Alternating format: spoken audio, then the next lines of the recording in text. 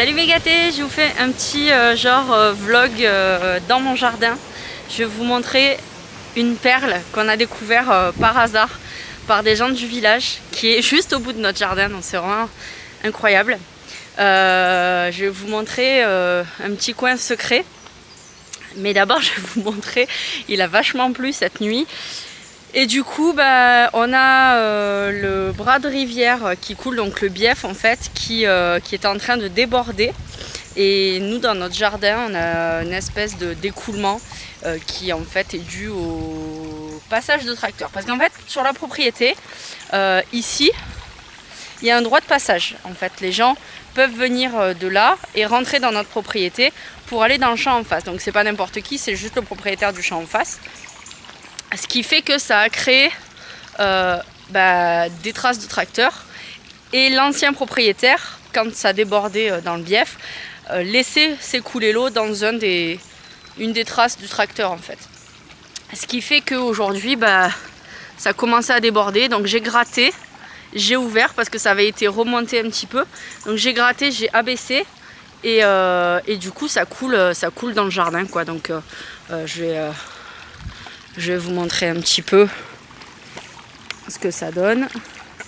Donc voilà, j'ai ouvert ici. Et du coup, je fais couler là. Il faudra bien que je gratte comme il faut et que je fasse bien un truc bien propre. Et après, normalement, ça coulait plus loin. Ça coulait bien au bout là-bas. Mais moi, j'ai détourné, j'ai coupé ici de façon à ce que ça coule là et que ça se jette dans la petite rivière en bas. En bas, c'était totalement sec. C'est une rivière qui est fermée, mais vous allez comprendre pourquoi quand je vais vous montrer le petit coin de paradis. Et du coup voilà, on a ouvert, donc aujourd'hui il y a de l'eau qui coule là. Il me tarde que les gamins voient ça ce soir.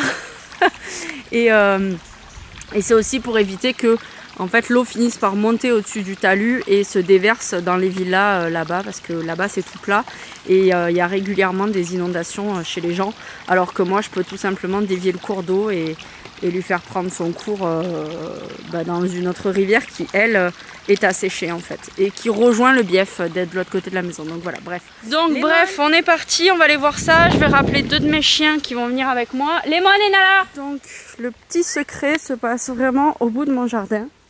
Allez Nanouche.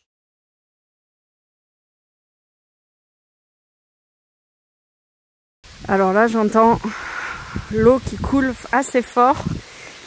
Je suis venue voir justement où ça en était, parce que nous quand on venait jusqu'à présent, il n'y avait pas beaucoup d'eau, mais là j'entends qu'il y a du débit. Ah oui, ça a complètement submergé la plagette. Ok. Donc voilà. Là on n'a jamais eu de l'eau, enfin nous depuis qu'on est ici, donc ça fait pas non plus 107 ans, mais on n'a jamais eu d'eau jusqu'à la petite margelle là. Et en fait là donc il y a une écluse qui normalement devrait être ouverte pour que l'eau puisse venir s'écouler là-bas et justement passer au bord de la maison. C'est là où l'eau qui coule dans mon jardin s'écoule. Donc voilà, tout ce bras-là est coupé. Waouh! Ah ouais! Attention, on a un chien et les mônes aussi. Hein. Il y a beaucoup d'eau là. Et normalement là, il y a une plagette qui était sèche. Et là, il y a du débit impressionnant. Et là, c'est pareil. Je crois que je vais plus venir avec mes chiens parce que c'est super dangereux. Et ça fait un tourbillon, c'est impressionnant. Et là, pareil, il y avait une petite cricounette d'eau de ce côté. Et l'eau était bleue, limpide, magnifique. Mais waouh! Ah ouais, là, c'est impressionnant. Je vérifie où sont mes chiens parce que là il y a vraiment beaucoup d'eau. C'est pas des super bons nageurs. Donc voilà, je ne savais pas qu'il y arrive un drame. Ah ouais, impressionnant. Impressionnant. On n'a jamais vu autant d'eau ici en fait. Ah ouais. Purée. Je vous mettrai je pense dans le coin. Ah ouais. Un petit des petites photos ou une petite vidéo de comment c'était cet été quoi, mais très très impressionnant. Donc là c'est magnifique. Là la petite piscine, la petite cuvette s'est remplie. Celle-là, non, pas encore. Viens là, Nala, fais attention, hein. Attention, Nanouchette, hein. Ouh, moi, ça m'angoisse d'être là avec mes chiens, en fait. J'ai tellement peur qu'il y en ait un qui tombe à l'eau. Aïe, Nala. J'adore cet endroit. Mais là, j'avoue qu'avec autant d'eau, ça fait un peu peur, en fait. C'est un peu flippant. Aïe, maman, ils me font peur. Vraiment, on va rentrer parce que vous me filez des angoisses, les chiens. C'est sûr qu'il n'y a plus pied, là non plus. Là-bas non plus. Là-bas, c'était censé... c'était tout en cailloux, en fait, cet été. Donc, les petits... Viens là, Nala. J'ai trop peur. On va rentrer, Nanouche. Nala, viens ici. Viens ici, Nala. Nous, on traversait là-bas et les gamins jouaient sur la plagette de cailloux et tout. Mais là, ah ouais, impressionnant. Impressionnant. Donc bon. Les plus prudents pour moi de rentrer parce que je m'attendais pas à ce qu'il y ait autant d'eau. Et j'ai vraiment très peur avec mes chiens. Voilà, qu'il y en a un qui tombe à l'eau. Mais impressionnant. Et du coup, bah, plus loin, il y a des trous d'eau. Viens là, viens. Il y a des trous d'eau qui étaient déjà assez profonds, donc là, je n'ose imaginer. Ah, nous, on descendait juste là où il y a le tas de feuilles. Et puis, on traversait, quoi. On marchait vraiment là le long du bord. Il y avait les cailloux qui étaient pas du tout sous l'eau. Puis, on traversait par là, quoi. Ah ouais, c'est impressionnant. Bon, ben voilà, on a vu ce qu'on avait à voir. Et ça, c'est le champ qui donne sous ma maison. Et ce champ, c'est un vivier d'animaux sauvages. Alors, mon chien n'a pas vu l'énorme crapaud qui est juste devant lui. Lemon, là, regarde. Là, Lemon.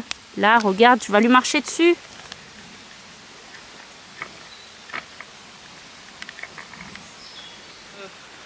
Ouais, on va rentrer, c'est plus prudent. Je vous ai montré ce que je voulais vous montrer.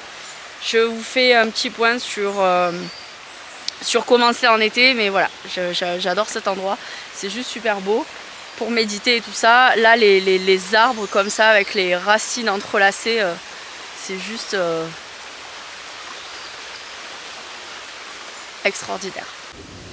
Alors aujourd'hui, c'est lundi 24 octobre. C'est le premier jour des vacances de la Toussaint et aujourd'hui on attend enfin j'attends avec les enfants 2 personnes, peut-être une, je sais pas d'ailleurs, qui vont venir élaguer des arbres qui sont juste là derrière moi parce qu'en fait hop là, ça touche la toiture et surtout c'est dans une pente, c'est super dangereux, donc on va faire élaguer ça. Il y a 4 arbres à tomber.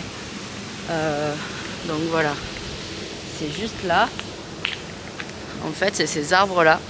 Et là, c'est dans une pente, c'est dans un dévers, puisque juste là en bas, il y a la rivière. Et là, c'est un dévers exprès parce que s'il y a trop d'eau dans le canal, ça se jette par-dessus le pont, de façon à ce que en fait, ça déborde pas ici, quoi. Donc voilà, donc un jour il y a un risque que ces arbres-là de toute façon glissent du terrain et du coup potentiellement arrachent la toiture ou cassent quelque chose. Donc on va les faire enlever. Et puis comme on doit refaire la toiture d'ici 3 semaines, 1 mois, eh ben, ce sera mieux de ne pas avoir les branches et tout ça qui touchent, voilà, qui touchent le toit. Juste là-haut. Donc c'est des super grands arbres. C'est des acacias, donc c'est pas des arbres avec un gros tronc. En tout cas ceux-là sont plutôt jeunes, donc ils n'ont pas de gros troncs, mais ils sont très très hauts. Et c'est pas les seuls arbres qu'il faudra qu'on fasse abattre, puisque derrière moi en fait, là il y a des chênes, et pareil, ils sont dans le dévers de pente, ce qui fait qu'il y a un risque un jour qu'ils tombent. Donc voilà, puis j'ai un des arbres qui est hyper penché. Donc là j'ai un chêne qui penche du côté où il va tomber, n'est-ce pas? Et le problème, c'est que bah, là, on a des fils qui passent. Voilà, et puis il est très très très haut, ce qui fait que potentiellement, il pourrait un jour tomber chez le voisin, quoi. Donc c'est lui qui est là. Voilà, donc il pourrait emporter les câbles électriques et bref, ce serait grave. Et puis on a, là on a celui-ci, c'est pas un chêne, là, celui-là, là, juste devant, c'est un aulne. Il est pas trop haut, donc lui encore ça va, même s'il y a des risques que si un jour il venait à tomber, il arrache les lignes électriques. Et voilà, on a quelques arbres à faire sauter dans les années à venir. Voilà, parce qu'en cas de grosse tempête, ça craint quand même.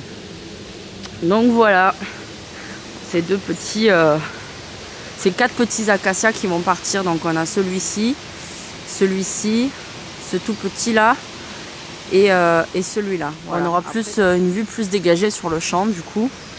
Et en coupant l'arbre, les arbres, bah, du coup on aura aussi de la lumière qui pourra rentrer de façon plus efficace par cette fenêtre, lumière et chaleur. Et pareil, on la voit pas, mais il y a une fenêtre là-haut qui sera la fenêtre d'une chambre des enfants. Et avec l'arbre, bah, elle a peu de luminosité et elle a peu de chaleur qui rentre. Donc ce sera tout bénef finalement de couper l'arbre. Bref, et voilà, hier on a fait une petite déco d'Halloween. Bon, je voulais faire un truc un peu mieux, mais voilà, on est fatigué avec mon mari, c'est un peu compliqué en ce moment, donc on n'a pas pu faire mieux avec les gamins. On a fait une petite déco et là on a commencé à creuser puisque on va essayer de terrasser à la main. Il faut qu'on décaisse, alors on a commencé à décaisser tout ça, il faut qu'on décaisse encore tout ça et on va mettre des dalles au sol, donc on va sabler. On a déjà fait un test, il faut qu'on continue bien de creuser, on va sabler, on va faire une petite terrasse ici. Ce qui sera plus pratique pour quand on rentre dans la maison avec les chiens et tout ça, ça sera plus propre. Voilà. Donc voilà. Voilà la petite maison qui va évoluer.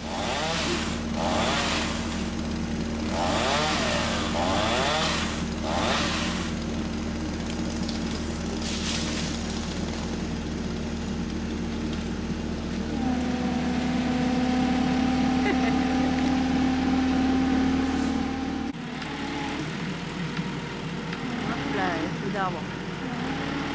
Incroyable.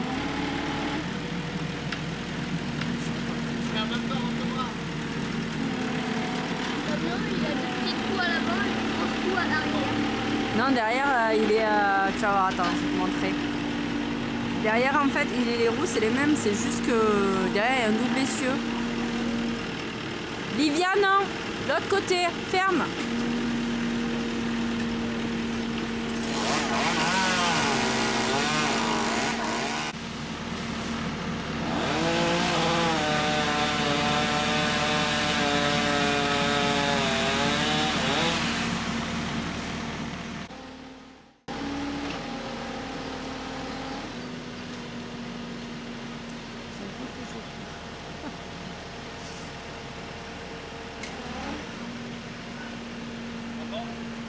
Incroyable.